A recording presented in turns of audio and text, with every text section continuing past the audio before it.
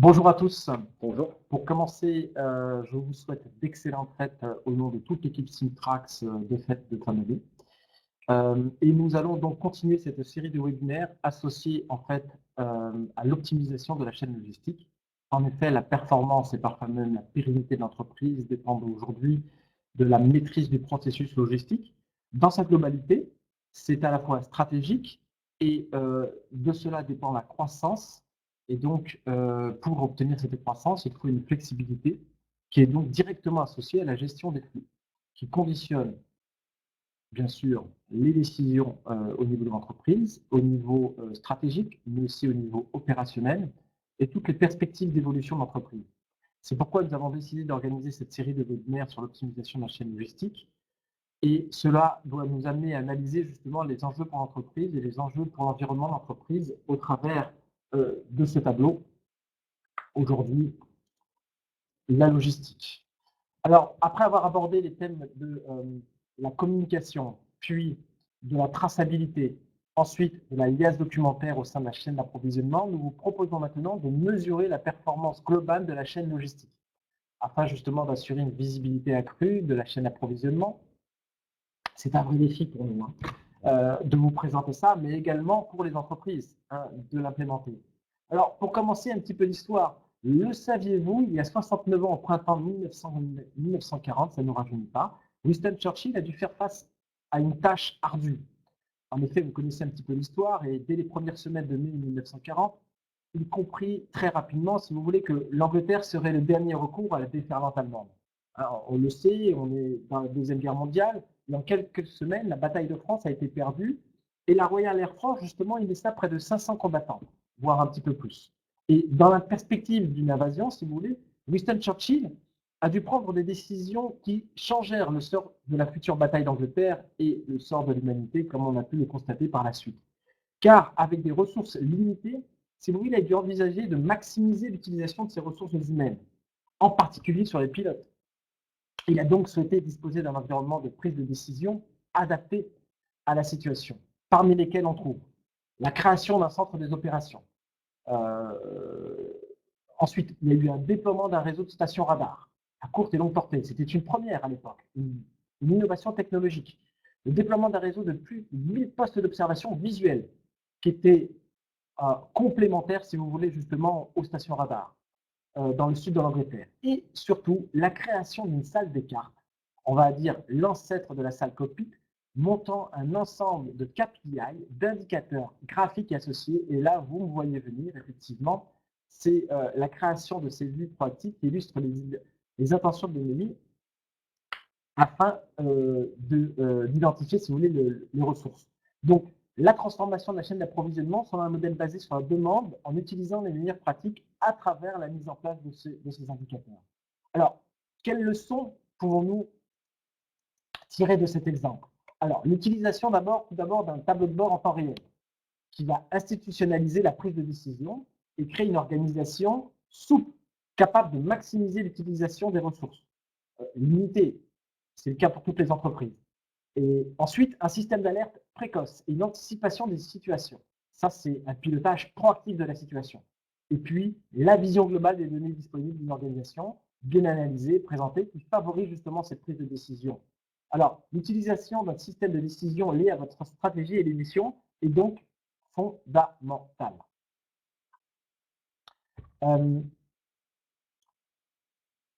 Basé sur ce postulat, vous l'aurez compris, effectivement, les indicateurs de suivi sont les clés de votre performance. Je vous remercie de votre présence à ce webinaire. Je m'appelle Marc, voici Florian. Et nous allons donc vous présenter ce webinaire qui a pour terme justement l'amélioration de votre compétitivité en constituant des indicateurs de performance. Quelques règles du webinaire.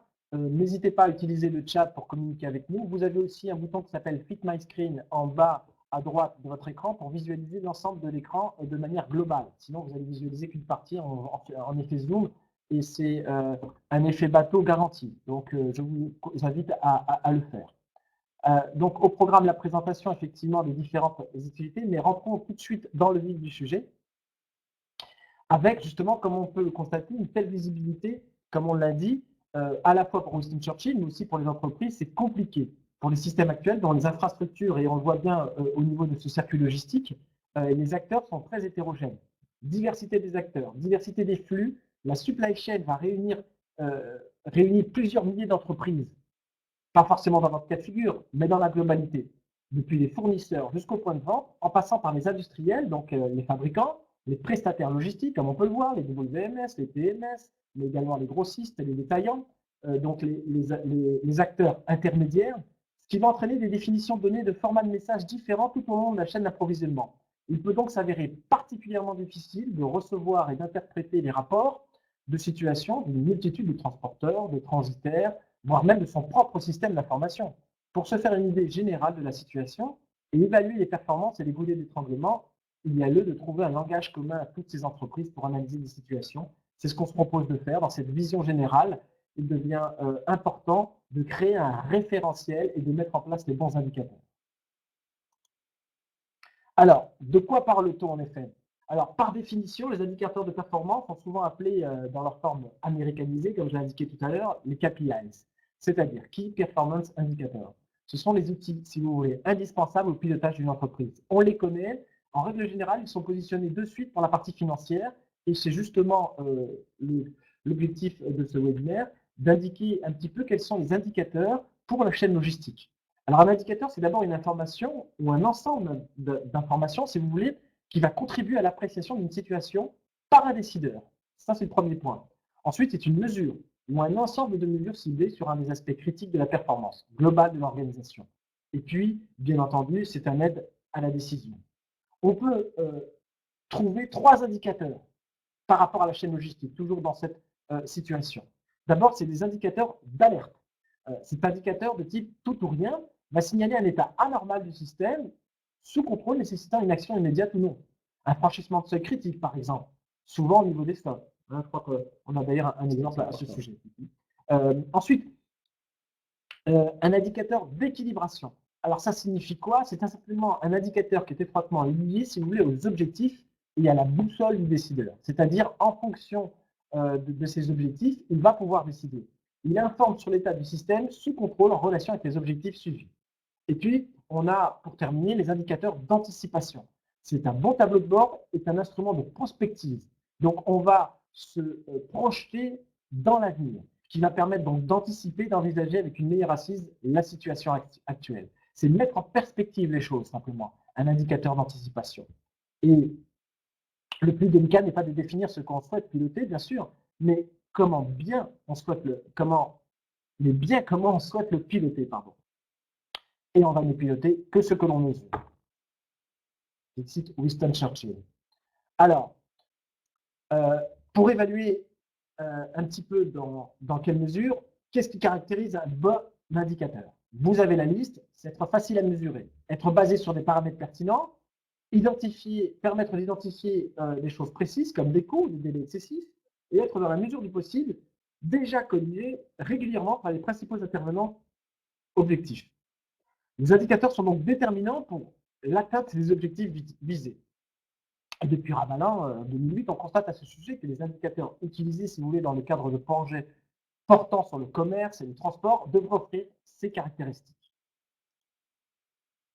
Alors, d'abord, revenons un petit peu à cette notion de supply chain et d'organisation en processus.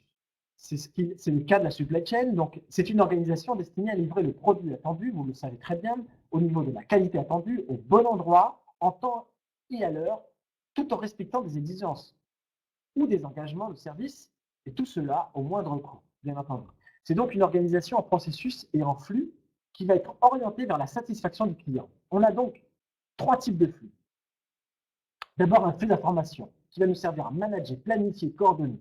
Et puis les flux physiques, l'approvisionnement, le stockage, la transformation du produit, la distribution de ce produit. Et puis pour terminer, on ne peut y échapper effectivement, ce flux financier qui va donc être là. À travers ce microcosme, on va donc devoir définir des leviers. Et comme je l'ai déjà mentionné, il faut trouver un langage commun à toutes les entreprises, justement, pour analyser ces situations et chercher, si vous voulez, à s'améliorer au travers d'indicateurs de performance. Alors, dans le cadre des travaux menés à l'AFNOR, vous connaissez en fait effectivement cette organisation, 4 leviers qui permettent de définir cet indicateur ont été identifiés. Tout d'abord, la fiabilité logistique. Alors, la fiabilité logistique, qu'est-ce qu'on entend par là? Alors, une organisation est dite fiable lorsque la probabilité de remplir sa mission sur une durée donnée correspond à celle planifiée dans le contrat ou cahier des charges. En gros, il y a un cahier des charges, on doit le respecter. Et donc, il faut effectivement mettre en place des indicateurs pour respecter ce cahier des charges. Pour la logistique, la fiabilité va donc consister en la capacité de répondre à la demande du client selon un niveau de service fixé par la direction. Alors, ces indicateurs sont susceptibles de mesurer cette fiabilité, sont alors quelques-uns, le taux de service, qu'est-ce qu'il y a d'autre? Le taux de service de transport, le taux de service des fournisseurs, le taux de réclamation, de litige, taux de fiabilité des prévisions, d'absentéisme, tous ces genres de taux associés à la fiabilité logistique. En second lieu, l'efficience logistique, si vous voulez, ça concerne simplement le rapport entre efficacité et coût. Il explique la recherche d'un objectif avec le minimum de moyens engagés. Alors, plusieurs indicateurs peuvent être ainsi définis. Le coût total d'achat, nous avons le coût de fabrication, le coût de possession en stock, le coût de transport, le coût de passage à quai, un petit peu tout ce qui sert justement à tous ces coûts. Et puis, la réactivité logistique est un paramètre fondamental. C'est la capacité, si vous voulez, d'adapter, comment dire, rapidement les volumes de production et la variété des produits pour ne pas être en rupture de stock. Et tout ça, c'est pour les adapter aux fluctuations de la demande. Et donc, d'accélérer la mise aussi sur le marché d'un nouveau produit. Alors, on peut trouver pas mal d'indicateurs associés à ça. Il y a le time to market, la rotation des stocks, la vitesse d'écoulement, ratio de tension des flux, le temps de cycle, le transit, etc. Le cycle order to cash, d'ailleurs, qu'on va aborder tout à l'heure. Et puis, pour terminer, l'environnement au travers de l'adoption de pratiques vertes, même si c'est effectivement pas forcément intéressant en termes de coûts financiers, quoique il y a souvent des coûts cachés derrière, c'est quand même un cercle vertueux qui doit être mis en œuvre par l'entreprise pour obtenir et atteindre les objectifs environnementaux. Alors, les challenges, vous l'aurez compris, les challenges sont nombreux.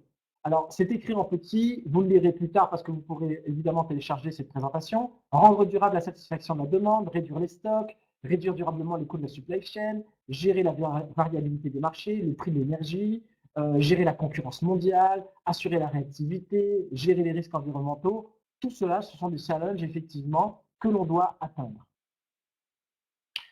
Ensuite, dans les indicateurs de performance, si on rentre un tout petit peu plus dans le détail, on peut aussi en dénombrer des centaines d'indicateurs.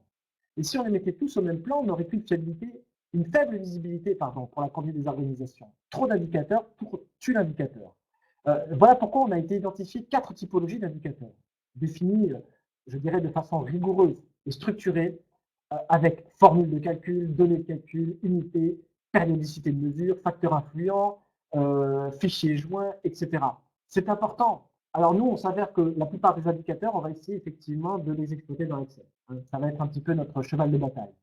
Alors, néanmoins, les indicateurs de performance, comme le taux de service, les coûts logistiques, les tonnes de CO2 émises, c'est un indicateur qui est propre, effectivement, à la performance. Ensuite, on a dit qu'il y avait plusieurs flux. Donc, on a dit que c'était des flux, un processus également. Il faudra donc mettre en place des taux de fiabilité, des taux de remplissage. Et puis, ce que j'appelle, moi, un indicateur d'interface, c'est entre l'industriel et le distributeur. C'est-à-dire entre l'industriel et le transporteur, entre l'entrepôt et le magasin. Vous voyez, c'est toujours entre deux balances. Le taux de service, les délais de livraison, les temps d'attente. C'est-à-dire ce qui va pouvoir… Donc là, ce sont des flux d'informations vraiment hétérogènes qui vont provenir de votre système d'information, mais pas uniquement de vos transporteurs, et on va devoir corréler ces informations les unes avec les autres pour mettre ensuite en place des indicateurs d'activité. Bon, ça, c'est assez simple, hein, c'est ce qui est traditionnel, le nombre de commandes, les unités de produits, les colis préparés, expédiés, les palettes hétérogènes, enfin un petit peu tout ce qui s'en suit. L'ensemble de ces indicateurs va constituer le référentiel. En l'occurrence, ça va être, les indicateurs seront classés par niveau de maturité. Hein, l'idée, c'est mettre en place des niveaux de maturité, des leviers d'action et les maillons à tous les niveaux des maillons de la supply chain, pardon, de la chaîne d'approvisionnement, vont nous permettre d'améliorer la performance. Alors justement, j'ai indiqué des référentiels. Alors moi, je vous invite, effectivement, ce ne sont que 2 exemples, mais nous parlerons de l'intérêt de construire justement ces indicateurs autour d'un référentiel. Le référentiel est fondamental parce qu'il va définir, si vous voulez, il se définit comme une logique de construction et un vocabulaire commun à l'entreprise. On l'a dit, il faut des éléments communs, une matière commune à l'ensemble des acteurs de l'entreprise. On peut donc élargir ces référentiels en considérant sur un secteur d'activité ou un secteur géographique. Et dans ce cas, je dirais que le référentiel va servir de catalyseur, de retour d'expérience pour permettre à chaque entreprise, si vous voulez, de s'étalonner par rapport à des résultats. Alors, quel est l'intérêt de construire ces indicateurs? Ça va être de travailler sur la base d'un référentiel et de les lier de manière logique les différents niveaux de décision dans l'entreprise. L'objectif suivi par l'entreprise aussi se définit, qui est forcément défini dans le cadre de sa stratégie. Il va donc garantir un mode de construction et on va essayer donc de découper, et c'est ce que proposent effectivement ces deux organisations que sont l'ASLOG, qui a donc réalisé un référentiel à partir de 8 indicateurs. Vous les voyez ici: taux de fiabilité des prévisions, taux de service fournisseur, taux de service client, taux de fiabilité, taux de réclamation, le coût logistique, le taux de service production interne et le coût de rotation des stocks. Voici un petit peu l'ASLOG. Je vous invite à aller sur leur site, qui est très bien fait, où vous pouvez trouver effectivement comment mettre en place ces 8 indicateurs. Et puis nous avons ensuite le score. Alors, le score, c'est du supply chain concile. C'est une bonne référence aussi parce que c'est une méthodologie qui est employée pour analyser la performance à travers, je dirais, 5 processus clés. Alors, planifier, approvisionner, produire, livrer, retourner. Voilà. Ensuite, on hiérarchise, si vous voulez, ces indicateurs selon 3 niveaux. Alors, ce n'est pas indiqué dans le PowerPoint, mais pour vous dire, ça va être les processus, les tâches et les activités. On a vu la définition justement précédemment. Et elle va donc, si vous voulez, cette méthode, utiliser, je dirais, 5 critères d'analyse. En premier lieu, la fiabilité, la réactivité, la flexibilité, les coûts et les actifs. Voilà. En somme, grâce effectivement à ces deux organisations, vous allez pouvoir mettre en place des référentiels. En conclusion, je dirais que tenir compte des niveaux de pilotage d'entreprise dans les choix des indicateurs, ça va être mettre en place des niveaux. Et donc, ces niveaux sont d'abord stratégiques, premièrement. On l'a vu dans le modèle SCORE, donc on a suivi, si vous voulez, 5 processus, justement, ce niveau stratégique. Ensuite, nous avons le niveau 2 qui est le niveau tactique. Donc ce niveau 2, il va permettre, si vous voulez, de se mettre en accord avec la stratégie de l'entreprise et de reconfigurer, ou même de configurer tout simplement la supply chain à partir de plusieurs sous-processus. Ensuite, nous avons le niveau opérationnel. Et là, les entreprises peuvent préciser les activités des sous-processus. On a vu que les activités, justement, c'est à ce niveau-là qu'elles interviennent, à travers la mise en place de logiciels existants. Le niveau 4, c'est dans un modèle de référence. Et puis ensuite, pour terminer, nous avons effectivement plusieurs autres niveaux qui peuvent être définis au niveau local. Alors, je dirais que mettre en place des indicateurs, c'est être en lien avec des objectifs stratégiques, donc en respectant une structure hiérarchisée, et ils doivent être répétitifs et significatifs, appropriés aux différentes activités du processus. La mise en place de ces indicateurs doit donc, si vous voulez, aider l'entreprise à déterminer comment rester compétitive et bien tracer la voie davantage au niveau du client, des compétences de l'activité et au niveau financier. Au niveau financier, souvent, ça existait déjà. Alors, les indicateurs de performance, pour terminer les 5 phases, nous avons la première phase qui va nous servir à identifier, si vous voulez, la stratégie, l'environnement, les processus, donc au niveau stratégique. Nous avons ensuite la deuxième place, c'est donc la mise en place de tableau de bord. Nous avons ensuite la deuxième phase qui va choisir les objectifs tactiques, on vient de dire, et un bon objectif tactique est un objectif qui oriente les actions dans le sens de la stratégie. C'est pour répondre à une stratégie précise qu'on met en place justement ces objectifs tactiques. On a vu que sélectionner les indicateurs de performance pertinents est un élément fondamental. On y reviendra dans un prochain webinaire d'ailleurs dans le détail au niveau de l'ensemble des indicateurs de la supply chain, l'entrepôt, le transport, le stock, les retours, les fournisseurs, les productions, et je ne sais quoi encore. Dans la phase 4, c'est la collecte des informations. Voilà. Et c'est là où personnellement Syntrax va intervenir. Toutes les informations de production, comme je l'ai indiqué, contenues dans les systèmes informatiques ne sont pas directement toujours utilisables à des fins décisionnelles. On doit donc, un système d'information, d'organisation ne sont pas construits en un temps unique. Il y a plusieurs solutions. Il y a votre ERP, il y a votre système de supply chain, il y a votre WMS, votre PMS, vos partenaires. Et tout ça, effectivement, il faut un outil qui va permettre d'agréger l'ensemble de ces informations pour construire justement ces tableaux de bord. Et puis, je dirais, en phase 5, choisir le bon logiciel. C'est là où on veut en venir, bien entendu. Mais le meilleur moyen, si vous voulez, de choisir le bon, de se construire sa propre grille de critères, ça va être de tenir compte des éléments collectés au cours de phases précédentes. Donc, les coûts directs et indirects, forcément, mais au-delà, je dirais, de l'interprétation des fonctionnalités que va proposer un outil, il va être important d'évaluer précisément à la fois ces coûts directs et induits, mais les coûts d'intégration de développement, qui vont aussi être importants. Pour les besoins décisionnels, il faut donc remettre en forme les données et, avant de les consolider, nettoyer les valeurs aberrantes, par exemple, compléter les valeurs absentes. Donc tout ça, il faut un logiciel qui soit capable de répondre à ces problématiques. Alors, justement, c'est là où Florian va peut-être intervenir. Ça va être, pour illustrer un petit peu concrètement cet objectif, ça va être la mise en place de ces indicateurs. Alors, donc là, nous, ce que l'on va essayer de faire, c'est effectivement mettre en place des indicateurs dans Excel. On ne va pas rentrer dans le détail, je vous le dis tout de suite. Ça fera l'objet d'un prochain webinaire. Là, c'était vraiment dans l'introduction et dans les généralités au niveau des indicateurs de la chaîne de performance de la supply chain. Mais donc, là, l'idée, c'est d'utiliser Excel et de mettre en place des indicateurs. Alors, il ne s'agit pas de mettre tout et n'importe quoi, parce que lorsqu'on conçoit les tableaux de bord, la tentation est souvent de vouloir se faire plaisir en tant qu'analyste et d'utiliser un maximum de possibilités. Non, là, on va utiliser quelques indicateurs. Des lignes de tendance, par exemple, des gauges, qui sont très, très intéressantes au niveau justement de cette partie supply chain, et puis également des outils à bulles qui vont nous permettre de mettre les choses en 3 dimensions. Florian, juste peut-être un exemple. Comment pourrait-on justement, on l'a dit, agréger, collecter les données, c'est quelque chose de compliqué. Alors, est-ce qu'on pourrait proposer peut-être une solution qui permette de remonter n'importe quelle information dans une boîte noire et ensuite qu'on envoie par Excel? Oui, tout à fait. On va vraiment prendre un exemple simple. On a vu juste précédemment la jauge, qui est un indicateur de performance du nombre de commandes en termes de vente. Alors, pas le nombre de commandes, mais finalement la somme des commandes qui ont été prises. Par exemple, quelqu'un vient vous voir au sein de la BV en vous expliquant eh ben, moi, j'ai besoin du montant total des commandes prises entre telle date et telle date. Alors là, sans outil, il va vous falloir aller dans votre ERP, faire une requête.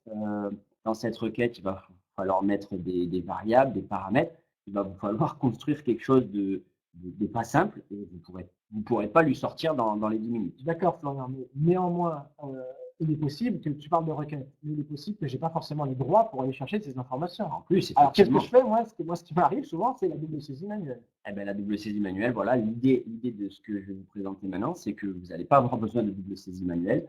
Vous allez tout simplement aller sur cette console, sélectionner un des processus. En l'occurrence, celui que je vais vous montrer, c'est la récupération des commandes. Donc là, ce serait de mettre en place des indicateurs sur toutes les commandes pour savoir qu'est-ce qui a été livré, qu'est-ce qui n'a pas été livré, et mettre en place et récupérer un maximum d'informations qui vont nous servir justement à constituer ces indicateurs. Voilà, alors ça c'est la finalité. Aujourd'hui, ce qu'on va présenter, on va rester plus simple, c'est-à-dire qu'on va aller prendre 5 ou 6 informations de toutes les commandes qui ont été passées entre 2 dates. Alors, je vais sélectionner 2 dates. Je vais prendre à partir du 1er juin. Et ça pourrait être n'importe quoi, les ordres de fabrication, les ordres… Ah oui, n'importe quel… du moment que c'est dans votre ERP. Ou alors dans un système qui est accessible par notre plateforme. Dans un système accessible par notre plateforme, on est capable d'aller requêter directement, d'aller récupérer les informations. Donc, je vais prendre de début juin jusqu'à aujourd'hui, parce que la personne elle vous demande jusqu'à aujourd'hui. On est le 22 décembre, elle veut de début janvier au 22 décembre. Il vous le faut avant Noël. Donc, vous allez sélectionner vos 2 dates. Vous allez dire, voilà, je lance mon processus. La première étape, c'est que vous allez, donc on va voir que le processus se lance ici. On va avoir un fichier brut, je vais vous le montrer parce qu'il est quand même parlant.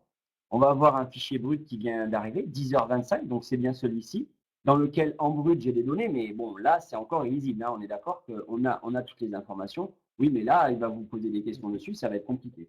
En tant qu'utilisateur, moi je ne vois pas ça, mais c'est juste pour qu'on ouvre un petit peu le capot et qu'on regarde. Voilà, l'idée c'est quand même de vous montrer un minimum ce qui se passe derrière. Mais effectivement, ce n'est pas exploitable. S'il vous demande combien il y a eu de pièces vendues entre ces 2 dates-là, eh ben là, moi, j'en suis pas capable, à moins à moins de prendre 3 heures à compter.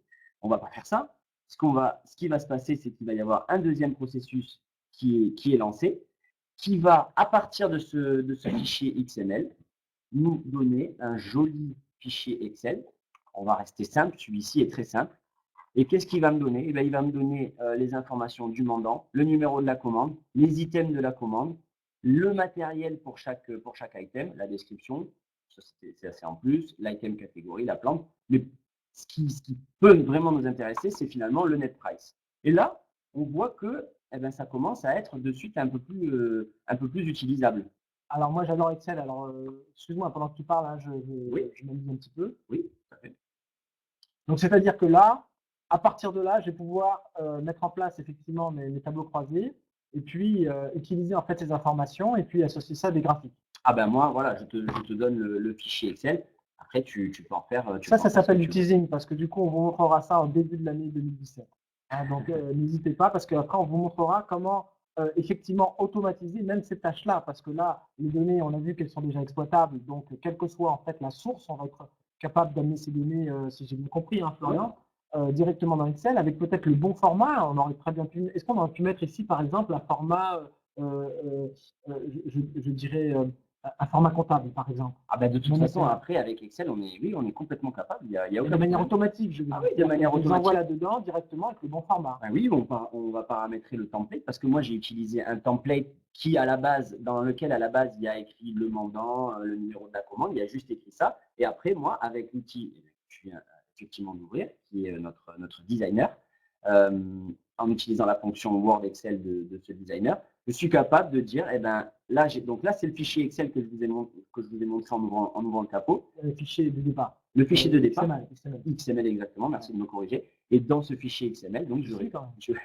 récupère toutes les informations et je peux les mettre comme je veux dans mon fichier Excel. Et je suis même capable aussi derrière de lancer une macro, c'est-à-dire qu'après on a une multitude de possibilités à travers aussi les macros Excel. N'en dis pas plus, Florian, ça sera le cadre le cadre du prochain webinaire où on va rentrer un petit peu dans le détail, puisque là c'était vraiment pour des généralités. Mais ce que j'en retiens, c'est qu'il existe effectivement une solution qui va être capable de récupérer, on va dire à partir de 2 dates ou quoi que ce soit, des informations, quel que soit le système d'origine, qu'il soit SAP, qu'il soit votre ERP, Sage, que ce soit effectivement votre WMS au niveau de votre système de transport, ou des informations issues dans un format exploitable par cet outil de vos transporteurs directement, comme les dates de livraison, etc. On aurait pu faire des statistiques. Je vous invite d'ailleurs à ce propos à visualiser sur le web, sur notre chaîne YouTube, les précédents webinaires, parce que c'est là où on explique justement comment on est capable de récupérer l'ensemble des flux. D'accord, et ensuite, donc, à la fois réaliser ça. On fera ça la prochaine fois, Florian? Allez, on fera ça la prochaine fois. Allez, on fait comme ça. Alors justement, donc comme vous l'aurez compris, notre solution ici s'appelle Compléo. Elle va être le pivot, si vous voulez, de votre stratégie de performance au niveau de la chaîne d'approvisionnement. Elle se situera au cœur même de votre processus entre les fournisseurs, les différents acteurs, comme je l'ai indiqué, donc du fournisseur au revendeur, au client. Et puis ensuite, derrière, voilà, pour terminer, donc c'est une plateforme unique qui va nous permettre de récupérer l'ensemble des flux, pardon. Voilà. Bon, l'ensemble des flux pour ensuite effectivement apporter une valeur ajoutée très importante à l'entreprise, une valeur ajoutée donc à votre entreprise à travers la mise en place de cette supply chain qui va nous permettre justement d'avoir, comme c'est indiqué ici, une supply chain maîtrisée. Donc, à la fois en termes de communication, parce que les KPI, ce n'est que finalement que de la communication, même si c'est sous une forme numéraire, je dirais. Et puis, la possibilité pour l'entreprise ensuite de s'adapter rapidement aux différentes évolutions. Donc, pour une supply chain plus compétitive, la réduction des délais, l'optimisation des ressources en interne, grâce à cette solution, vous pouvez effectivement mettre en place rapidement ce genre de système. L'agilité pour la DSI, parce qu'on voit qu'on a une seule et unique plateforme qui nous permet de récupérer l'ensemble des flux et qui va nous permettre de maîtriser les délais. Alors, pour terminer, parce que la présentation se termine, en quelques chiffres clés de l'histoire de l'entreprise. 1989, notre date de fondation. On vous parle de Nîmes actuellement, là où vous vous trouvez dans le centre, dans le sud de la France, où il fait beau, un petit peu frisqué quand même. La neige n'est pas au rendez-vous. Par contre, sur notre bureau de Waldorf, je crois que c'est le cas. Il y a la neige qui est arrivée et nous avons donc un bureau à À Londres, Boston aussi. à Mumbai, Boston, où je vous explique même pas, ils sont sous des centimètres de neige. Et puis à Los Angeles, où là, ils sont un petit peu plus sous le soleil. Euh, pour vous servir, nous avons donc effectivement une expertise. Nous avons donc 4 partenaires technologiques pour vous apporter l'expertise, à la fois sur les systèmes, les environnements SAP, Oracle, IBM, Microsoft, mais pas uniquement, même Sage. Et aujourd'hui, cela nous permet de répondre à plus de 3000 clients, de servir plus de 3000 clients. Et nous sommes à peu près 80 employés derrière un petit peu ce groupe. Et 98% des clients nous renouvellent leur confiance chaque année, en plus des clients qui nous rejoignent. J'espère que n'hésitez pas à revenir vers nous pour justement essayer d'aborder un petit peu ça. On voit quelques personnes qui nous font confiance, mais on en a parlé, il y en a plus de 3000 aujourd'hui, donc avec des grandes références et des petites références et des moyennes références de toutes les catégories, effectivement, car c'est une solution, on l'a dit, à un coût très abordable, et donc par rapport à la valeur ajoutée de l'entreprise. Donc on peut tout à fait effectivement mettre ça en place. Écoutez, Florian, on va donc souhaiter à tout le monde de joyeuses fêtes. Oui. Hein. Donc, au nom de toute l'équipe Ciptrax, nous vous remercions d'avoir assisté à cette présentation. Nous vous donnons rendez-vous en 2017 pour la suite de cette série. On rentrera un petit peu plus en détail.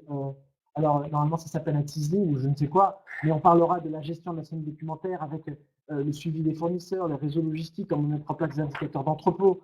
J'en parle quelques-uns, de la productivité, nombre de lignes, palettes hétérogènes, des articles mal adressés, comment identifier le niveau de la qualité, le niveau de stock en entrepôt. Donc ça, c'est pour les indicateurs de stock. On rentrera dans le détail, on vous fera un tableau Excel et on vous montrera leurs résultats directement.